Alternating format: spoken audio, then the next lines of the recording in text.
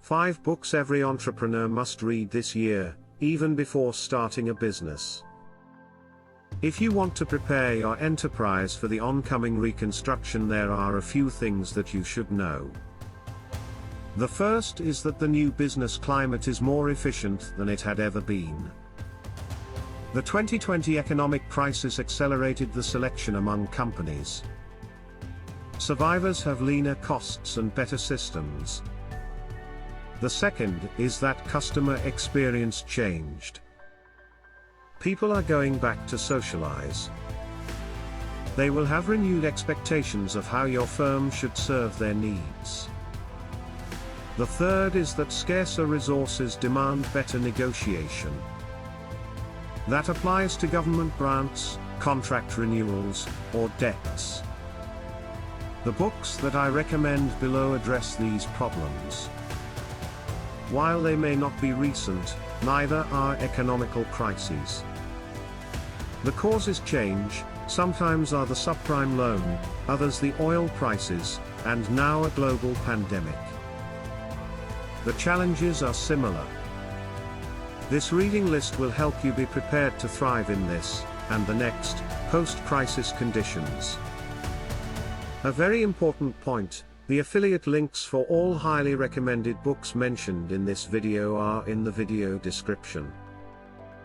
And if you liked this video, please hit the like button and the subscribe button so YouTube keeps showing our videos to you.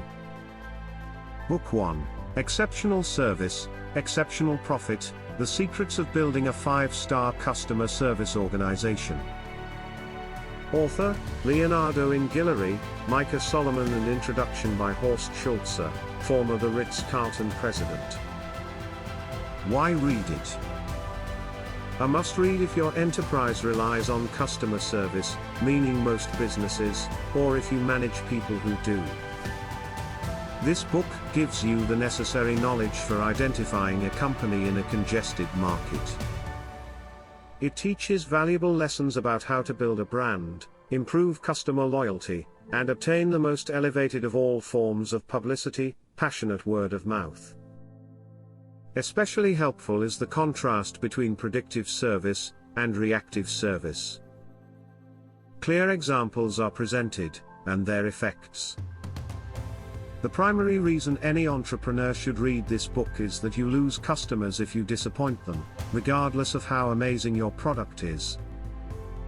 Additionally, if your product is easy to copy, providing exceptional customer service not only differentiates you in the market but also builds loyalty. Loyalty makes your customers less sensitive to price changes.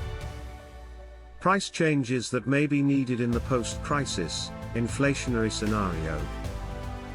How it helped me, it is the second book by Leonardo and Micah that I read. Again, they delivered flawless lessons of service culture and delivery to customers. This is a book that anyone in the service industry should read. I shared with my staff the insights about predictive service, and it helped us to achieve better satisfaction ratings. Book 2, Hacking Growth, How Today's Fastest Growing Companies Drive Breakout Success. Author, Sean Ellis and Morgan Brown. Why read it? Sean Ellis and Morgan Brown are leaders of the growth hacking tendency, one of them being the creator of the term. This book is not about tactics and strategies. It is also not about one single hack that will drive crowds of customers. It is about tuning processes, like testing alternative solutions, to reduce risks and generate quick wins. It is all about iteration and incremental growth. The authors lead the reader through the steps to build a growth engine, with the help of examples from actual businesses. Instead of isolated cases, they bind each case so you can understand the entire process from the start to the end. Hacking growth does not give you the formula to go viral or escalate your business. Especially because there is not a proven formula for that.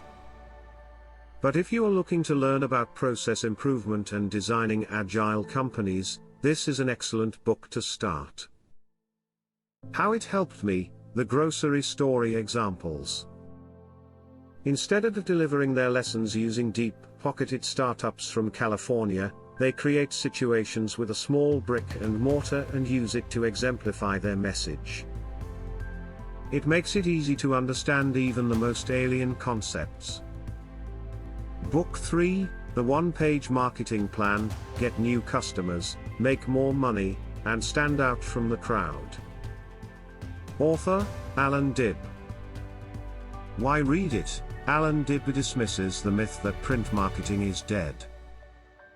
He brings the concept that all forms of media may be useful, and should be mixed to find the perfect blend for your business. To find this blend, he suggests a sequence of tests and trial and error.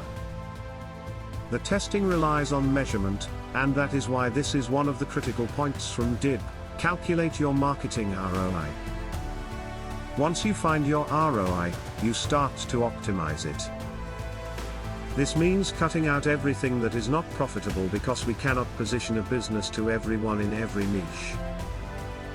Have a narrow focus on your customer avatar, another idea from the book, and you will create a robust marketing model. How it helped me? It helped me with my pricing decisions. My firm competitive prices compared to our regional competitors. I did not realize, however, that our standard of service was far better. The problem is that cheap prices gave the wrong message about our market positioning.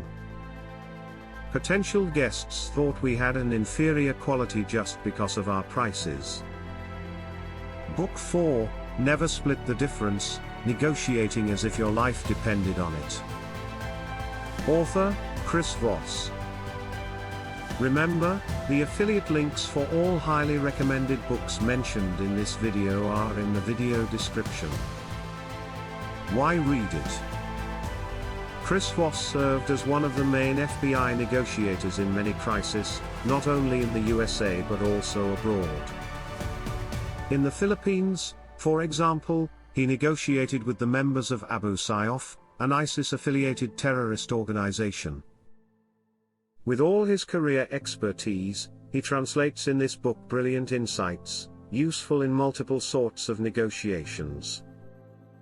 There are lessons to avoid the fight or flight reactions that often make both sides lose. We negotiate dozens of times every day. Some of these negotiations change the course of our life: a salary raise, a new job, buying a house. Still, most of us have no serious training in negotiation. And that is why this book makes such a difference. Chris Voss presents techniques like the Ackerman model, isopraxis, also known as mirroring, calibrated questions, and many other proven solutions he used during his career at the FBI. How it helped me? It helped me to reduce the costs of my business during the COVID crisis. Book 5, High Output Management. Author, Andrew S. Grove. Why read it? This is the oldest book on this list. It is even considered old by current standards. Curiously, this makes it a must-read. It is from a time when what was needed to be said, or written, was said. Andrew Grove does not save words or is afraid of crushing sensibilities. He put on the paper what he applied during his decades at the head of Intel, overcoming plenty of crises. Andy Grove explains complex organizational concepts and processes into simple steps that anyone can comprehend and execute. The former Intel CEO was a decisive individual, and the book shows it.